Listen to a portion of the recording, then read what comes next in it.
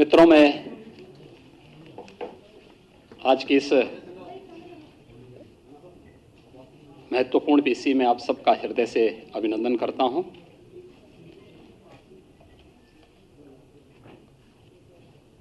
उत्तर प्रदेश ही नहीं बल्कि देश के किसी भी राज्य के पहले पेपरलेस बजट के लिए प्रदेश के वित्त मंत्री श्री सुरेश खन्ना जी और उनकी पूरी टीम का मैं हृदय से अभिनंदन करता हूं। मुझे प्रसन्नता है कि आज से हमारी कैबिनेट भी ई कैबिनेट हो गई है। आज प्रातःकालीन सत्र में हमारा बजट पूर्व जो कैबिनेट की बैठक आयोजित हुई थी वह भी ई कैबिनेट थी और ई कैबिनेट के साथ ही आज आपने पेपरलेस बजट को पहली बार देखा है। मैं इसके लिए उन्हें बधाई देता हूं और आप सबको भी आपने इसका आनंद लिया होगा, इसके लिए भी आप सबको मैं बधाई देता हूं। मित्रों, एक लोक कल्याणकारी, विकासोन्मुख, सर्वसमावेशी बजट के लिए मैं वित्त मंत्री, वित्त राज्य मंत्री श्री संदीप सिंह, प्रदेश की अपर मुख्य सचिव वित्त और वित्त आयुक्त श्रीमती राधा एस चौहान तथा वित्त विभाग की उनकी पूरी टीम को हृदय से बधाई देता हूं। यह बजट सबका साथ, सबका विकास तथा सबके विश्वास की उत्कृष्ट लोकतांत्रिक भावना से परिपूर्ण प्रदेश के तीव्र, धारणीय एवं सर्वसमावेशी विकास के लिए मील का पत्थर साबित होगा। वैश्विक महामारी कोरोना के मध्य देश के सबसे बड़े राज्य के लिए यह बजट एक नई आशा, एक नई ऊर्जा और उत्तर प्रदेश की नई संभावनाओं को उड़ान देने का एक माध्यम बनेगा।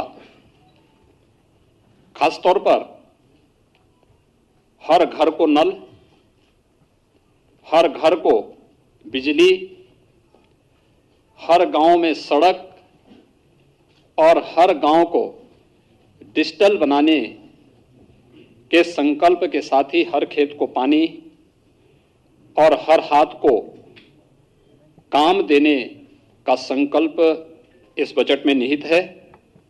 यह बजट प्रदेश के गांव, गरीब, किसान, नौजवान, महिलाएं और समाज के प्रत्येक तबके का प्रतिनिधित्व करने वाला यह बजट है।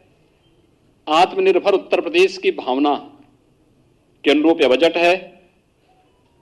इसमें रोजगार की व्यवस्था, सभी वर्गों के उत्थान का इरादा, वंचितों, शोषितों एवं युवाओं के सुंदर भविष्य की रूपरेखा और उत्तर प्रदेश के नव निर्माण की संरचना भी इस बजट में निहित है। मैं इस शानदार बजट के लिए वित्त मंत्री जी को और अपर मुख्य सचिव वित्त और वित्त आयुक्त जी को हृदय से बधाई देता हूं। प्रदेशवासियों को इतने शानदार बजट के लिए अपनी शुभकामनाएं भी देता हूं। बजट से जुड़ी हुई जो कुछ महत्वपूर्ण बातें हैं उनमें हम सब जानते हैं कि बजट का आकार इस बार 5,50,270.78 करोड़ रुपए का है, जो वर्ष 2020-21 के बजट से 37,410 7.06 करोड़ रुपए यानी 7.3% अधिक है। अगर आप देखेंगे कि कोविड-19 के दौरान भी वित्तीय अनुशासन को बनाए रखते हुए प्रदेश के इंफ्रास्ट्रक्चर के डेवलपमेंट के साथ साथ लोक कल्याण की भावनाओं के साथ प्रत्येक तबके के हितों को इसके अंदर समाहित करते हुए महत्वपूर्ण कार्यक्रम कदम उठाए गए हैं। और उसके तहत हम सब जानते हैं कि विगत वर्ष कोविड-19 के दौरान जिस प्रकार की स्थितियां थीं, उन स्थितियों में हम इस बारे में अच्छी तरह जानते हैं कि देश ही नहीं बल्कि पूरी दुनिया न केवल आम जनजीवन कोविड-19 के कारण प्रभावित हुआ था, बल्कि अर्थव्यवस्था को सबसे अधिक मार झेलनी पड़ी थी। उस दौरान भी जिस प्रकार का कार्य को उस दौरान भी प्रदेश ने जिस संकल्प शक्ति के साथ आगे बढ़कर के कार्य किया, आदरणीय प्रधानमंत्री जी के मार्गदर्शन में, हम जानते हैं कि हमारे राजस्व की प्राप्तियों में जो हमारे लक्ष्य थे, उस लक्ष्य के अनुरूप उन प्राप्तियों को प्राप्त करने में हमें कुछ कठिनाई हुई। उस सब के बावजूद एफआरबीएम की जो सीमा भारत सरकार ने और रिजर्व बैंक ने रखी है 4.5% का, हम उसको 4.17% तक ही हम लोगों ने सीमित करके रखा और उसके अंदर ही अपने इस बजट को प्रदेश के लिए सर्वांगीण विकास को ध्यान में रख करके हम लोगों ने आज का ये बजट प्रस्तुत किया है। बजट में मुख्य रूप से जिन चीजों की तरफ आप देखेंगे कि बजट की अपनी एक थीम होती है। उत्तर प्रदेश का यह बजट हम लोगों ने जब 2017-18 में अपना बजट प्रस्तुत किया था, तब हम लोगों ने वह बजट प्रदेश के अन्नदाता किसानों को समर्पित किया था। 2019-20 का 18-19 का हमारा बजट प्रदेश के औद्योगिक विकास को समर्पित था। 19-20 का हमारा बजट मातृशक्ति को समर्पित था और 20-21 का हमारा बजट प्रदेश के युवाओं के लिए और प्रदेश के इंफ्रास्ट्रक्चर डेवलपमेंट को समर्पित था। तो इस बार का यह बजट जिस पर फोकस किया गया है, यहां पर हम लोगों ने प्रदेश के समग्र और समावेशी विकास और प्रदेश के विभिन्न वर्गों के स्वावलंबन के माध्यम से सशक्तिकरण को आधार बनाकर के इस बजट को प्रस्तुत किया गया है। प्रदेश में ईज ऑफ लिविंग को और आसान करने के लिए हर घर को जल, हर घर को बिजली, हर गांव को सड़क और हर गांव को डिजिटल बनाने की प्रक्रिया के साथ प्रदेश में समग्र विकास की एक रूपरेखा इस बजट के माध्यम से प्रारंभ की गई है। खासतौर पर जब हम कृषि क्षेत्र की ही बात करते हैं, मुख्यमंत्री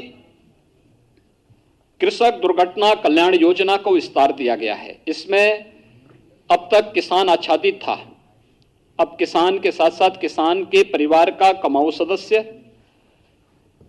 बटाईदार और अन्य लोगों को भी शामिल करते हुए अगर दुर्घटना से किसी ऐसे व्यक्ति की मौत होती है तो 5 लाख रुपए की सहायता इस बीमा योजना के माध्यम से उस किसान परिवार को या उस बटाईदार को या किसान परिवार के सदस्य की दुखद मृत्यु पर स्वतः ही इस योजना से प्राप्त होगी। बजट में इस बात की व्यवस्था की गई है। साथ ही साथ जो किसान परिवार आयुष्मान भारत से स्वास्थ्य बीमा से कवर नहीं प्राप्त किए हैं, उन्हें मुख्यमंत्री जन आरोग्य योजना के अंतर्गत 5 लाख रुपए की भी निःशुल्क स्वास्थ्य बीमा का भी कवर देने का प्रावधान हम लोगों ने इस बजट में इस बार किया है। मित्रों, महिलाओं की दृष्टि से एक कुछ नई योजनाएं प्रारंभ की गई हैं। आप सब जानते हैं मुख्यमंत्री कन्या सुमंगला योजना को व्यापक आयाम मिला है। इससे पहले मुख्यमंत्री सामूहिक विवाह की योजना बड़ी लोकप्रिय हुई है, जिसमें 1.25 लाख से अधिक बालिकाओं की शादी ब्याह के कार्यक्रम इस योजना के माध्यम से आगे बढ़े हैं। हमने इसकी राशि को 35,000 से बढ़ाकर 51,000 रुपये भी विगत वर्ष किया था। इस वर्ष मुख्यमंत्री सक्षम सुपोषण योजना, एक नई योजना उन क्षेत्रों के लिए, उन लोगों के लिए लाई जा रही है 6 महीने से लेकर 5 साल तक किसी भी बच्चे के लिए जो कुपोषित है, उस बच्चे को सुपोषित करने के लिए, या जो बालिकाएं स्कूल नहीं जा पाती हैं, 11 से 14 साल तक की उन बालिकाओं के लिए जो एनीमिया से पीड़ित हैं, उनके लिए भी इस बजट में एक प्रावधान किया गया है। दूसरा, एक बहुत अच्छी योजना महिला सशक्तिकरण की दिशा में प्रारंभ की जा रही है और यह है महिला सामर्थ्य योजना।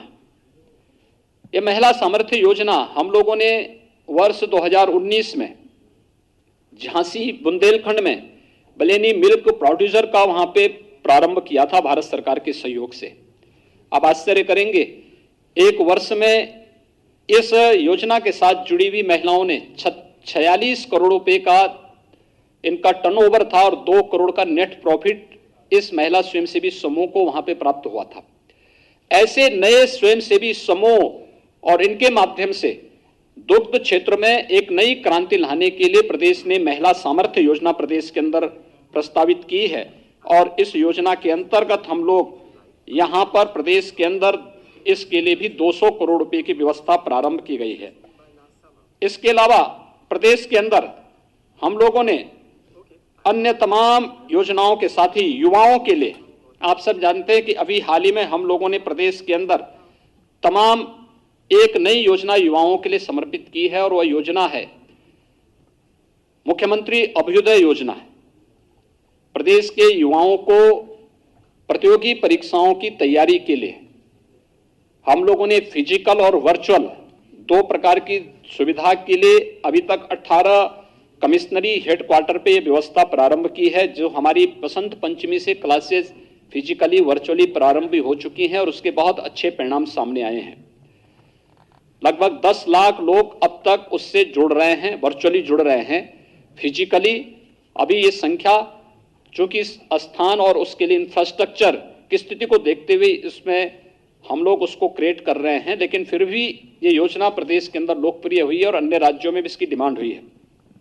हम लोगों ने एक व्यवस्था इसके साथ जोड़ी है, इन प्रतियोगी परीक्षाओं के लिए, चाहे वह यूपीएससी का हो या प्रदेश के पीसीएस का हो या फिर बैंकिंग का हो, रेलवे का हो या फिर नीट या आईआईटी जेईई के लिए या एनडीए सीडीएस के लिए जो बच्चे तैयारी करते हैं, तो उनको हम इसका एक प्लेटफॉर्म मुख्यमंत्री अभ्युदय योजना से प्रारंभ कर ही रहे हैं।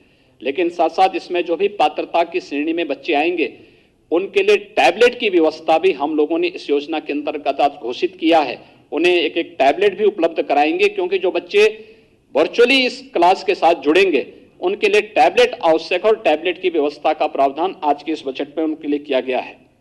इसके अलावा प्रदेश के अंदर 18 कमिश्नरी हैं। हमारे पास लखनऊ में देश का पहला सैनिक स्कूल है, 3 अन्य सैनिक स्कूल प्रस्तावित निर्माणाधीन है, एक गोरखपुर में प्रस्तावित है। लेकिन इस सब के बावजूद हमारे कुछ कमिश्नरी ऐसे हैं, 18 कमिश्नरी हैं, और 18 कमिश्नरी में से जो कमिश्नरी शेष बची हैं जिनमें कोई सैनिक स्कूल नहीं है, उसमें एक एक सैनिक स्कूल को भी हम लोगों ने आज प्रस्तावित किया है कि एक एक सैनिक स्कूल उस कमिश्नरी के अंदर किसी एक जनपद में स्थापित करने की कार्य योजना हम इसके साथ बनाएंगे। संस्कृत पढ़ने वाले बच्चों के लिए, उनके लिए सबसे बड़ी समस्या होती है कि उनकी लॉजिंग और फूडिंग की व्यवस्था नहीं हो पाती है, जिससे विद्यालयों में भी उपस्थिति नहीं रहती है और साथ साथ स्वाभाविक रूप से बच्चे नहीं आ पाते हैं तो विद्यालयों में भी उपस्थिति कम रहती है और उन बच्चों के सामने भी। अब हम लोगों ने एक व्यवस्था प्रारंभ की है, बजट में एक प्रावधान कर दिया गया कि जिन आश्रमों में सुविधा होगी तो गुरुकुल पद्धति से अगर वे लॉजिंग की व्यवस्था करेंगे तो उनकी लॉजिंग और फूडिंग के लिए सरकार इसके लिए व्यवस्था करेगी और इसमें हम गुरुकुल पद्धति को पुनर्जीवित करने के लिए संस्कृत पाठ्यक्रम को और मजबूती से आगे बढ़ाने के उन बच्चों की लॉजिंग और फूडिंग की सुविधा के लिए सरकार इसमें सहयोग करेगी और ये कार्यक्रम आगे बढ़ेंगे। प्रदेश के अंदर खेलकूद और खेल विकास और खेलकूद के लिए भी प्रोत्साहन के लिए प्रदेश सरकार ने व्यवस्था की है। हम लोगों ने प्रदेश के अंदर पहले से हमारी योजना चली, हर गांव में खेल का मैदान होना चाहिए। खेल के मैदान के साथ साथ ओपन जिम की स्थापना भी वहां पर हो, जिससे बच्चों के अंदर अपने स्वास्थ्य के प्रति एक नई जागरूकता पैदा हो सके। यह कार्य हम प्रारंभ कर रहे हैं। पीआरडी के भी सशक्तिकरण करने की दिशा में भी एक कार्यक्रम बनाए जा रहे हैं और प्रदेश के अंदर एक व्यवस्था कि जिस कमिश्नरी में कोई राज्य विश्वविद्यालय हमारा अभी नहीं है, 3 राज्य विश्वविद्यालय हमारे वर्तमान में प्रस्तावित हैं, एक सहारनपुर में, दूसरा अलीगढ़ में, तीसरा आजमगढ़ में। इसके अलावा जिस कमिश्नरी में कोई राज्य विश्वविद्यालय नहीं होगा, वहां पर हम एक नए राज्य विश्वविद्यालय की स्थापना वहां पर हम लोग करेंगे। इस दिशा से एक बड़ा कार्यक्रम, इस बड़ी घोषणा भी इस बजट में की गई है। इसके साथ ही प्रदेश के अंदर हमारे 69 जनपद ऐसे हैं जिन 69 जनपदों में कोई ना कोई हमारा मेडिकल कॉलेज है, गवर्नमेंट का हो या प्राइवेट क्षेत्र का मेडिकल कॉलेज वहां पर है और बेहतरीन स्वास्थ्य की सुविधा वहां पर उपलब्ध होती है। जिन क्षेत्रों में कोई मेडिकल संस्थान या मेडिकल कॉलेज नहीं, जिन जनपदों में ऐसे 16 जनपद हैं, उन 16 जनपदों में भी पीपीपी मोड में हम लोग नए मेडिकल कॉलेज स्थापना के लिए सहयोग करेंगे। इसकी पॉलिसी हमारी तैयार हो चुकी है और बजट में इसकी घोषणा कर दी गई है। ये प्रदेश के अंदर हेल्थ इंफ्रास्ट्रक्चर की स्ट्रेंथनिंग के लिए एक बहुत बड़ी घोषणा है और ये प्रदेश के स्वास्थ्य सुविधाओं को और बेहतर बनाने में इससे काफी मदद मिलेगी। प्रदेश के अंदर हम लोगों ने कोरोना कालखंड में इस बात को देखा होगा कि प्रदेश के अंदर संगठित और असंगठित क्षेत्र के श्रमिकों के सामने किस प्रकार की समस्याएं खड़ी होती हैं। कोरोना जैसी महामारी के दौरान सारी व्यवस्था अस्त व्यस्त सी हो गई और बड़े पैमाने पर लोगों ने पलायन का रास्ता अपनाना प्रारंभ किया था। उस समय हम लोगों ने फ्री में राशन, भरण पोषण भत्ता और उनके आवागमन की व्यवस्था को सुनिश्चित करने का कार्य किया था। इस बार हम लोगों ने व्यवस्था की है कि संगठित और असंगठित क्षेत्र के मजदूरों को लो हम श्रम विभाग की योजनाओं से उन्हें आच्छादित करते हैं, जिनके लिए हम लोगों ने विगत वर्ष 18 अटल आवासीय विद्यालय उनके बच्चों के लिए प्रारंभ करने की कार्रवाई प्रारंभ की है। वर्तमान में उनकी पे कार्रवाई तेजी से चल रही है, जिसमें हम उन सभी बच्चों को जिनके रजिस्टर्ड श्रमिक हैं उनके बच्चों को ला करके 6 से 12वीं तक की और आवश्यकता पड़ेगी उससे आगे की भी व्यवस्था हम करेंगे। ढेर सारी योजनाएं उनके लिए हम पहले से चला रहे हैं। श्रम विभाग के द्वारा ही उन्हें हम न केवल उन लोगों को वहां पे हम लोगों ने पहले से ही स्वास्थ्य बीमा की बल्कि सामाजिक सुरक्षा की गारंटी भी वहां पर उपलब्ध कराई है। पहली बार असंगठित क्षेत्र के उन मजदूरों के लिए जिनकी संख्या अगर अकेले प्रदेश के अंदर ही हम देखेंगे लगभग 1 करोड़ से अधिक है। 40 लाख प्रवासी कामगार और श्रमिक तो केवल प्रदेश में ही आए थे कोरोना कालखंड में। इसके अलावा एग्रीकल्चर के क्षेत्र में काम करने वाले, ठेला, खोमचा, रेहड़ी लगाने वाले, पल्लेदार, कुली, ये जितने भी हैं ये असंगठित क्षेत्र के वे लोग हैं जिनका कोई पुरसा हल नहीं। प्रदेश सरकार ने एक व्यवस्था की है कि असंगठित क्षेत्र के हर व्यक्ति को हम लोग उनका रजिस्ट्रेशन की कार्रवाई करने जा रहे हैं और उन सभी को 2 लाख रुपए की सामाजिक सुरक्षा की गारंटी प्रदेश सरकार उन्हें उपलब्ध कराएगी। और साथ साथ प्रदेश के अंदर हम लोग असंगठित क्षेत्र के प्रत्येक व्यक्ति को जो असंगठित क्षेत्र का मजदूर है उसे 5 लाख रुपए की स्वास्थ्य बीमा की भी कवर मुख्यमंत्री जन आरोग्य योजना के अंतर्गत हम उन्हें देने जा रहे हैं। ये बड़ी योजनाएं इस क्षेत्र में उन लोगों के लिए उपलब्ध कराई जा रही हैं जो लोग अब तक इन सभी योजनाओं से वंचित थे और एक प्रकार से अव्यवस्थित से और खानाबदोशी उनके जीवन से था, उसको व्यवस्थित बनाने के लिए लगभग 1 करोड़ से अधिक असंगठित क्षेत्र के लोग और 1 करोड़ से अधिक संगठित क्षेत्र से जुड़े हुए मजदूर इससे लाभान्वित होंगे। किसानों के हित के लिए एक नई घोषणा भी आज इस बजट में की गई है और वह है निराश्रित गौआश्रय स्थलों के लिए। आप सब जानते हैं कि लगभग प्रदेश के अंदर अब तक हम लोग प्रदेश के अंदर 5.5 लाख से अधिक गौवंश हमारे पास सरकार के द्वारा संचालित निराश्रित गौ आश्रय स्थलों में उनकी व्यवस्था और उनकी सुरक्षा की जा रही है, उनके खान पान की व्यवस्था, उनके रखने की व्यवस्था की गई है। लेकिन हमने इसके साथ ही एक व्यवस्था और की थी जिसमें मुख्यमंत्री निराश्रित बेसहारा गोवंश सहभागिता योजना थी। इसमें भी 74,000 गोवंश को हम लोगों ने किसान परिवारों को दिया, जिसमें हम 900 रुपये हर गोवंश उस किसान परिवार को उपलब्ध कराते हैं। लेकिन सरकार ने तय किया है हर न्याय पंचायत स्तर पर भी एक निराश्रित गौ आश्रय स्थल होना चाहिए, और इस बार बजट में निराश्रित गौ आश्रय स्थलों की व्यवस्था के लिए भी धनराशि की व्यवस्था की गई है, जिसको हम स्थानीय एनजीओ के माध्यम से उसको संचालित करने का कार्य करवाएंगे। इंफ्रास्ट्रक्चर और वहां की जो लैंड होगी ये सरकार की होगी, और एनजीओ की साथ मदद से हम इसको संचालित करने का कार्य करेंगे। इसके साथ ही नगरीय क्षेत्रों में भी हम इस प्रकार की योजना को संचालित करने का कार्य करेंगे, और ये कार्य आगे बढ़ने के साथ ही वाराणसी में गोकुल ग्राम की तर्ज पर प्रदेश के अंदर भी हर न्याय पंचायत स्तर पर फिर बाद में इस गोकुल ग्राम के रूप में इस तर्ज पर इसको आगे बढ़ाने की एक बृहद कार्य योजना को हम आगे बढ़ा रहे हैं। और निराश्रित गोवंश की नस्ल सुधार की दिशा में भी एक नई कार्य योजना की घोषणा आज यहाँ पर की गई है। खुरपका और मुंहपका जैसी बीमारियों से मुक्ति का एक अभियान प्रदेश के अंदर युद्ध स्तर पर चल रहा है। टीकाकरण की कार्रवाई लगभग हम पूर्णता की ओर लेके चल रहे हैं, लेकिन ये एक बड़ी योजना उन लोगों के लिए की गई है। प्रदेश के अंदर व्यापारियों के लिए भी जो 5 लाख रुपए की व्यापारी कल्याण की योजना थी, अधिक से अधिक रजिस्ट्रेशन हो, वह भले जीएसटी देता हो या न देता हो, ये बात का विषय है, लेकिन रजिस्ट्रेशन के साथ साथ उन लोगों का रिटर्न भरने की ट्रेनिंग देने, और 10 लाख रुपए तक की कोई दुर्घटना उनके साथ होती है, उस व्यापारी के साथ कोई कैजुअलिटी होती तो उसके परिवार को 10 लाख रुपए की एक कवर प्रदेश ने इसमें उपलब्ध करवाने के कार्य किया, और प्रदेश ने इसमें काफी बड़ा कार्य इस दिशा में प्रारंभ किया है। यह एक बड़ा कार्य प्रदेश के अंदर आगे बढ़ाने के लिए किया जा रहा है। प्रदेश के अंदर उन क्षेत्रों में जो दूर दराज के क्षेत्र हैं, वहां पे टेलीमेडिसिन के लिए और टेली कंसल्टेशन के लिए भी पर्याप्त व्यवस्था बजट में इस बार की गई है, और इस व्यवस्था के माध्यम से हम लोग काफी बड़े स्तर पर प्रत्येक नागरिक तक बेहतर स्वास्थ्य की सुविधा उपलब्ध कराने में हमें मदद मिलेगी। कुछ नई चीजें जो वास्तव में यहां पर उपलब्ध हो सकती हैं, लखनऊ में हम लोगों ने एक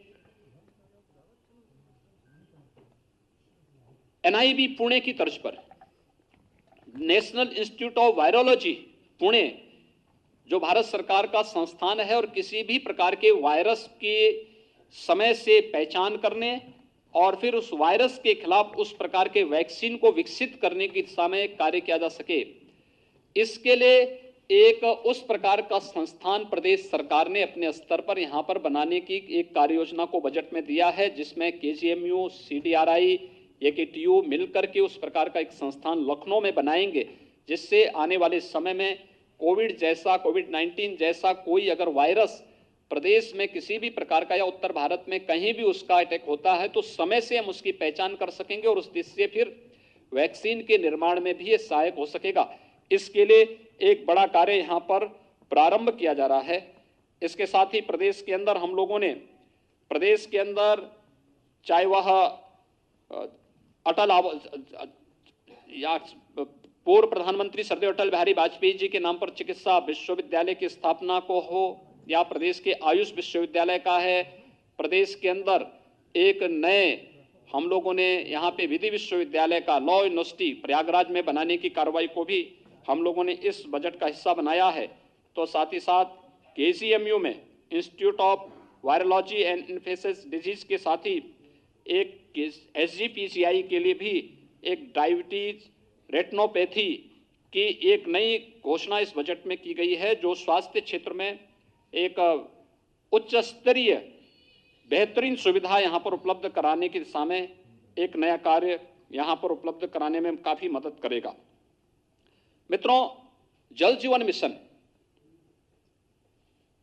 हर घर नल पहुंचाने की योजना। जल जीवन मिशन प्रारंभ होने के समय उत्तर प्रदेश का आच्छादन 2% से कम था, और आज इसको हम तेजी से आगे बढ़ा रहे हैं, और इसलिए व्यापक कार्य योजना। हमारा यह मानना है कि अगर व्यक्ति को शुद्ध पेयजल उपलब्ध हो जाए तो आधी से अधिक बीमारी उसकी दूर हो जाती है। हम लोगों ने पूर्वी उत्तर प्रदेश में आदरणीय प्रधानमंत्री जी के मार्गदर्शन में, उनकी प्रेरणा से इंसेफ्लाइटिस की समस्या का समाधान करने में काफी बड़ी मदद हमें मिली है। इसमें हमारे दो आधार थे। एक था स्वच्छ भारत अभियान, हर परिवार के पास एक शौचालय उपलब्ध कराना, और दूसरा था शुद्ध पेयजल की आपूर्ति। 38 जनपदों में प्रतिवर्ष 1200 से 1500 जिन बच्चों की मौत होती थी, 1 से 15 वर्ष तक के बच्चों की लगभग 1200 से 1500 मौतें प्रतिवर्ष होती थी। पिछले 4 वर्ष के दौरान अंतर विभागीय समन्वय के माध्यम से हम लोगों ने एक जो प्रयास प्रारंभ किया, उसका परिणाम है बीमारी पे 75% नियंत्रण करने और मौत पर 95% तक नियंत्रण करने में हमें सफलता प्राप्त हुई है। एक बड़ी सफलता इसमें प्राप्त हुई है, और अब उसी दिशा में नए प्रयास प्रारंभ करने के लिए हर घर नल की इस योजना को भी हम, जिससे प्रदेश के अंदर बुंदेलखंड का क्षेत्र हो, बिंद का क्षेत्र हो, आर्सेनिक, फ्लोराइड या खारा पानी की समस्या से जो क्षेत्र जूझ रहे हैं या जहां पे अन्य समस्याएं हैं, उन सभी को ग्रामीण और शहरी दोनों के लिए लगभग 17,000 करोड़ रुपए की बड़ी व्यवस्था बजट में की गई है, जिससे हर एक व्यक्ति को शुद्ध पेयजल की आपूर्ति हम कर सकेंगे। और केवल योजना लागू ही नहीं होना, बल्कि इस योजना को सस्टेनेबल बनाने के लिए जो इस योजना के साथ जुड़ेगा उसको 10 वर्षों तक उस योजना की देखभाल करने की भी जिम्मेदारी लेनी है। ये इसके साथ जोड़ा जा रहा है, इसलिए एक बड़ा कार्य इसमें ग्रामीण और शहरी क्षेत्रों के साथ इसको जोड़ने का प्रयास प्रारंभ किया गया है। प्रदेश में नगरीय क्षेत्रों का दायरा बढ़ा है। पहले हमारे पास कुल 653 नगर निकाय थे, आज ये बढ़ करके इनकी संख्या लगभग 734 के आसपास इनकी संख्या पहुंच रही है। एक बड़ी संख्या इनकी बढ़ रही है, तो शहरी क्षेत्रों में भी नागरिकों के जीवन स्तर में सुधार करने के लिए 10 स्मार्ट सिटी भारत सरकार ने घोषित की थी राज्य सरकार के साथ मिलकर के। जो 7 अन्य नगर निगम थे उन्हें राज्य सरकार अपने खर्चे पर स्मार्ट सिटी के रूप में डेवलप करने जा रही है, और राज्य सरकार के खर्चे पर उनका यहाँ पर विस्तार, उनको स्मार्ट सिटी के रूप में विकसित करने की कार्य योजना प्रदेश सरकार ने यहाँ पे प्रारंभ की है। इसके साथ ही 60 शहर हमारे ऐसे हैं जो अमृत योजना से आच्छादित हैं। वहाँ पे पेयजल के साथ साथ सेवर आदि की व्यवस्था के आगे बढ़ाने के साथ ही ग्रामीण और शहरी क्षेत्रों में आवास की सुविधा उपलब्ध कराने और शेष अन्य लोगों के लिए एफोर्डेबल हाउसिंग की स्कीम, जिनके पास अपने स्वयं की लैंड नहीं लेकिन वे शासन की आवासीय सुविधा से लाभान्वित हो सकेंगे, एफोर्डेबल हाउसिंग की स्कीम के साथ हम लोगों ने इस कार्यक्रम को आगे बढ़ाने का कार्य किया है। और ये बहुत अच्छे ढंग से प्रदेश के अंदर ये चीजें आगे चल रही हैं। प्रदेश के अंदर हम लोगों ने औद्योगिक विकास के क्षेत्र में ईज ऑफ डूइंग बिजनेस में उत्तर प्रदेश की रैंकिंग में जो सुधार हुआ है, देश ने भी दुनिया ने भी उसको सराहा है। 2016 में उत्तर प्रदेश 14वें स्थान पे था, 2017 में उत्तर प्रदेश 12वें स्थान पर आया और आज उत्तर प्रदेश दूसरे स्थान पर है। ये प्रदेश ने जो रिफॉर्म किए हैं, हम लोगों ने हर एक फील्ड में काफ़ी सुधार किए हैं, जिससे देश के अंदर सबसे अच्छे गंतव्य के रूप में प्रदेश बना है। इस दौरान आपने देखा होगा, देश कोरोना कालखंड के दौरान जब हर जगह अव्यवस्था थी, लोग अपने को नहीं संभाल पा रहे थे, तब हम कोरोना प्रबंधन की बेहतरीन उदाहरण भी प्रस्तुत कर रहे थे इतने बड़े प्रदेश में। लेकिन साथ साथ हम लोगों ने प्रदेश के अंदर बहुत सारे ऐसे उदाहरण भी प्रस्तुत किए जिसमें देश का पहला डिस्प्ले यूनिट उत्तर प्रदेश में आया है, और यह चीन से आया है। ये निवेश चीन से उत्तर प्रदेश में आया, जिसमें लगभग 5,000 करोड़ रुपए का निवेश होने जा रहा है। प्रदेश में डाटा सेंटर पार्क की स्थापना के लिए 6,000 करोड़ रुपए की ये कार्य योजना क्रियाशील हो चुकी, यानी इसमें कार्य प्रारंभ हो चुका है। प्रदेश के अंदर ऐसे ही अभी आइका का एक 5,500 करोड़ रुपए के नए निवेश को लेकर के भी, जो जिनका सर्विस सेक्टर में बहुत बड़ा रोल है, उन पर उनके द्वारा यहाँ पर एक नए निवेश को यहाँ पे प्रारंभ किया गया है।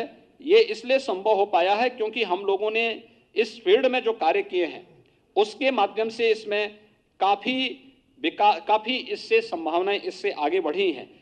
प्रदेश के अंदर हम लोगों ने निवेश की संभावनाओं को आगे बढ़ाने के लिए सुरक्षा का एक माहौल दिया है।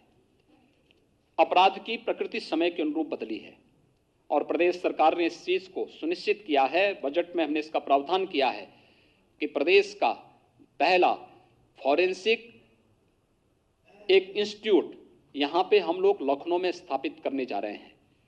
इसके साथ ही यहां पे एक सेंटर ऑफ एक्सीलेंस भारत सरकार की मदद से हम लोग यहां पर लखनऊ में ही स्थापित करने जा रहे हैं।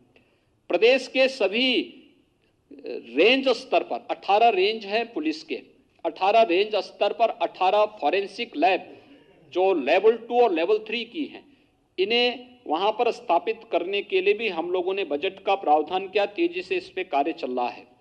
प्रदेश में 2016 तक 16-17 तक केवल एक साइबर थाना था। आज हम लोग हर जनपद में साइबर थाना स्थापित करने की कार्रवाई को युद्ध स्तर पर आगे बढ़ा चुके हैं। ये प्रदेश को नए यानी समय के अनुरूप हम लोग प्रदेश के अंदर अपराध और अपराधियों पर अंकुश कसने के लिए उस प्रकार की प्रभावी कार्रवाई कर सकेंगे। ये हम लोगों ने यहां व्यवस्था की है। प्रदेश के अंदर सूक्ष्म लघु मध्यम उद्यम प्रदेश में रोजगार सृजन का एक बहुत सशक्त माध्यम है और इस सशक्त माध्यम का उपयोग भी प्रदेश ने किया है और बजट में इसका प्रावधान किया है कि प्रदेश में एक तो बंद पड़ी जो हमारी कताई और स्पिनिंग मिली थी, इनको हम फिर से पीपीपी मोड में चलाने और अन्य तरीके से इनके लिए हम लोगों ने एक कार्य योजना के लिए बजट में इसका प्रावधान किया है। प्रदेश साथ ही साथ प्रदेश के अंदर हम लोगों ने ओडीओपी की योजना को, जो देश के अंदर एक लोकप्रिय योजना बनी है, इस योजना को प्रोत्साहित करने के लिए भी हम लोगों ने बजट में इसका प्रावधान किया है। और साथ साथ प्रदेश के अंदर एमएसएमई सेक्टर में उद्योग लगाने के लिए 1000 दिनों तक आपको किसी भी प्रकार की कोई भी लाइसेंस की आवश्यकता नहीं पड़ेगी। आप जाइए, अपना यूनिट लगाइए और 1000 दिन के अंदर बाकी औपचारिकताओं को आप पूर्ण करिए। ऐसा नहीं कि लाइसेंस के अभाव में या एनओसी के अभाव में आप अपना कार्य नहीं कर पा रहे हैं। एमएसएमई को इससे हमने मुक्त करते हुए और उसमें अन्य जो रिफॉर्म करने थे, ये भी रिफॉर्म करने वाला उत्तर प्रदेश पहला राज्य है और उस दिशा में तेजी से विकास करने के साथ ही प्रदेश में जो भी इस क्षेत्र में युवा कार्य करना चाहते हैं, ऐसे युवाओं के लिए मुख्यमंत्री युवा रोजगार योजना के अंतर्गत भी धन की व्यवस्था हम लोगों ने बजट में प्रावधानित की है। प्रदेश के अंदर इंफ्रास्ट्रक्चर डेवलपमेंट के लिए आप सब जानते हैं पूर्वांचल एक्सप्रेसवे हमारा, इस पर विकास ये कार्य लगभग 80% पूर्ण होने जा रहा है। इसी प्रकार से बुंदेलखंड एक्सप्रेसवे, इस पर लगभग 50% का कार्य हमारा पूर्ण हो चुका है। गोरखपुर लिंक एक्सप्रेसवे लगभग 25% से अधिक कार्य हमारा यहां पर तेजी के साथ आगे बढ़ चुका है। बलिया लिंक एक्सप्रेसवे, इसकी कार्य योजना को सरकार ने अपनी सैद्धांतिक मंजूरी दे दी है और अब हम एक नए एक्सप्रेसवे के साथ आगे बढ़ रहे हैं। यह है गंगा एक्सप्रेसवे, मेरठ से प्रयागराज तक। एक बड़े एक्सप्रेसवे के लिए जमीन अधिग्रहण की कार्रवाई के लिए धनराशि की व्यवस्था इस बजट में की जा रही है।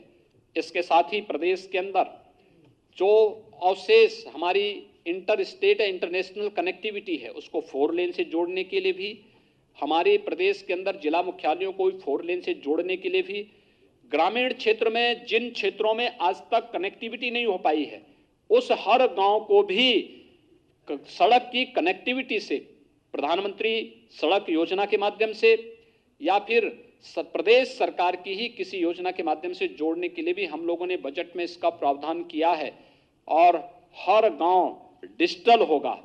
आपने देखा होगा हर गांव में ग्राम सचिवालय के निर्माण की कार्रवाई युद्ध स्तर पर प्रदेश के अंदर वर्तमान में चल रही है। कोरोना कालखंड में ही हमने इसे आगे बढ़ाया था। हर एक गांव में कॉमन सर्विस सेंटर बना करके और कॉमन सर्विस सेंटर में ही अब गांव में ही आय प्रमाण पत्र, मूल निवास प्रमाण पत्र, जाति प्रमाण पत्र, ये गांव में ही डिजिटली प्राप्त होगा। इसके साथ ही हर गांव में एक बैंकिंग कॉरेस्पॉन्डेंट सखी, गांव की हर एक महिला को गांव में ही रोजगार मिलेगा और अब बैंकिंग कॉरेस्पॉन्डेंट सखी के रूप में ही गांव में अपनी सेवा दे पाएगी। लोगों को बैंकों तक जाने और बैंकों के सामान्य कामकाज को और समय को बचत करने में एक बहुत निर्णायक भूमिका, क्रांतिकारी निर्णय इस क्षेत्र में एक तो लिया गया है। दूसरा, हर गांव में एक सामुदायिक शौचालय में भी गांव की एक महिला को रोजगार देने के लिए भी कार्य युद्ध स्तर पर प्रारंभ हुआ है। यानी रोजगार सृजन की दिशा में एक बड़ा कार्य इस क्षेत्र में हुआ है। लेकिन साथ ही हम लोगों ने एयर कनेक्टिविटी को भी बेहतर किया है। आप सब जानते हैं एयर कनेक्टिविटी में अयोध्या में हमारा जो एयरपोर्ट है इंटरनेशनल एयरपोर्ट के रूप में इसे हम डेवलप करने जा रहे हैं और यहाँ की कनेक्टिविटी को बेहतर, यहाँ पर हम लोगों ने एयरपोर्ट के निर्माण की कार्रवाई को युद्ध स्तर पर हमारा एक कार्य चल रहा है। अयोध्या एक एयरपोर्ट के रूप में विकसित होगा, इसको बाद में एक हम लोग इंटरनेशनल एयरपोर्ट के रूप में डेवलप करेंगे। जेवर एयरपोर्ट पहले वहाँ पे एक व्यवस्था थी कि वहाँ पे जो केवल 2 वहाँ पे एयर स्ट्रिप बनेंगे, लेकिन अब उससे बढ़ा करके 6 तक विस्तार देने के कार्य योजना के लिए धनराशि की व्यवस्था इस बजट में की गई है।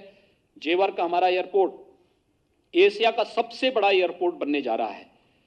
वहाँ पे विकास की उन अनंत संभावनाओं को आगे बढ़ाने को एक नया स्थान उसमें प्राप्त होगा, चाहे वह फिल्म सिटी के कार्यक्रम को आगे बढ़ाने का हो, फिल्म सिटी को वहाँ पे आगे बढ़ाने का हो, वहाँ पे एक आईटी सिटी के रूप में उसे डेवलप करने के लिए भी एक नई कार्य योजना के साथ हम लोगों ने वहाँ पे कार्य प्रारंभ किया है। हम लोगों के इसके अलावा प्रदेश के अंदर कुशीनगर में इंटरनेशनल एयरपोर्ट बन रहा है, वाराणसी और लखनऊ में इंटरनेशनल एयरपोर्ट पर पहले से ही भारत सरकार कार्य कर रही है। लेकिन साथ साथ प्रदेश के अंदर सहारनपुर, मेरठ, अलीगढ़, मुरादाबाद, बरेली और आजमगढ़, चित्रकूट, सोनभद्र, ये सभी क्षेत्र भी एयर कनेक्टिविटी से जुड़ेंगे और इसके लिए प्रदेश सरकार तेजी के साथ, जितनी तेजी के साथ उत्तर प्रदेश ने इस फील्ड में काम किया है, देश के अंदर अन्य राज्यों में इस प्रकार का कार्य इस दिशा में आगे नहीं बढ़ पाया है, लेकिन उत्तर प्रदेश ने तेजी के साथ इस क्षेत्र को आगे बढ़ाने का कार्य किया है। प्रदेश के अंदर पुलिस के लिए भी इंफ्रास्ट्रक्चर डेवलप करने के लिए, उनके लिए अवस्थापना सुविधाओं के विकास के लिए भी एक बड़ा कार्य प्रदेश ने इस बजट में भी उसकी व्यवस्था की है। और जितनी भी अवस्थापना सुविधाओं का विकास वहां पर होगा, आवासीय सुविधाओं का विकास होगा, इन आवासीय सुविधाओं का विकास महान क्रांतिकारी शहीद रोशन सिंह के नाम पर हर पुलिस लाइन में, हर पुलिस थाना में और हर एक पुलिस चौकी में ये अवस्थापना जो सुविधाओं का विकास, आवासीय सुविधाओं का विकास पुलिस के लिए किया जा रहा है, इन सभी के साथ उनको जोड़ने का कार्य हुआ है। इतने बड़े पैमाने पर ये सुविधाएं यहाँ पर दी जा रही हैं, ये बड़े स्तर पर कार्य हुआ है। लेकिन साथ साथ अपने देश के क्रांतिकारियों और देश के शहीदों के प्रति सम्मान का भाव व्यक्त करने के लिए चौरी चौरा महोत्सव हो, शताब्दी महोत्सव के माध्यम से हर एक क्रांतिकारी स्थल पर हर एक शहीद स्थली के पुनरुद्धार, सुदृढ़ीकरण और सुंदरीकरण की कार्य योजना को भी प्रदेश सरकार ने अपने बजट का हिस्सा बनाया है। प्रदेश में सर्विस सेक्टर की अनंत संभावनाएं हैं और इसमें रोजगार की भी अनंत संभावनाएं हैं। आपने देखा होगा प्रयागराज कुंभ आपके सामने है। प्रयागराज कुंभ के माध्यम से कैसे, जहां पर महाकुंभ के समय में केवल 12 करोड़ ही श्रद्धालु और पर्यटक आ पाए थे, थोड़ी सी व्यवस्था प्रदेश सरकार ने की, स्वच्छता, सुरक्षा और सुव्यवस्था का एक मानक प्रस्तुत किया। 24 करोड़ पर्यटक और श्रद्धालु उसी प्रयागराज कुंभ में वहां पर आए। अयोध्या दुनिया के अंदर एक नए टूरिस्ट स्पॉट के रूप में डेवलप हुआ है। जो फुटफॉल है अयोध्या का, अगर आप देखेंगे, अद्भुत है और बहुत उसको देख करके वास्तव में यानी अकल्पनीय है। प्रदेश सरकार ने निर्णय लिया है इस फील्ड का बेहतर उपयोग करने के लिए। हमारे पास व्यापक संभावनाएं इस फील्ड की हैं और खासतौर पर इस जो रिलीजियस जो हमारे पास टूरिस्ट है या श्रद्धालु है, उसके लिए अयोध्या है, वह काशी है, प्रयागराज है, चित्रकूट है, निमिष है, विंध्यवासिनी धाम है, देवीपाटन धाम है, सुख तीर्थ है, इन सभी के समग्र विकास के साथ, यानी यहाँ पे जनता को बुनियादी सुविधाएं मिल सकें और यहाँ पे आस्था का भी सम्मान हो सके, इसके विकास की एक कार्य योजना तो हमने ली ही है।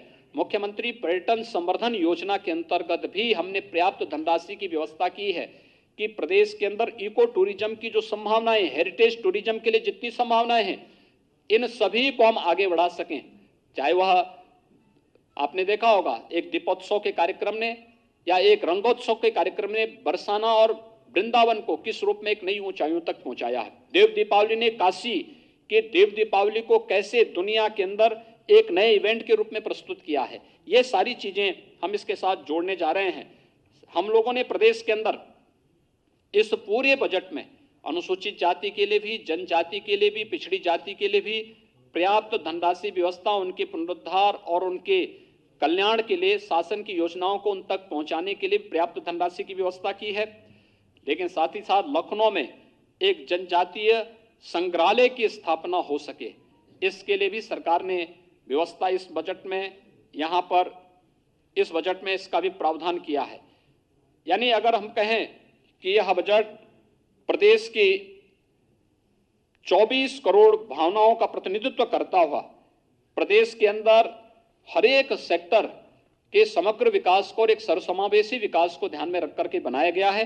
मैं एक लोक कल्याणकारी, विकासोन्मुख, सर्वसमावेशी बजट के लिए अपने वित्त मंत्री श्री सुरेश खन्ना जी को, वित्त राज्य मंत्री श्री संदीप सिंह जी को, अपर मुख्य सचिव वित्त एवं वित्त आयुक्त श्रीमती राधा चौहान जी को और वित्त विभाग की पूरी टीम को एक बार फिर से बधाई देता हूं।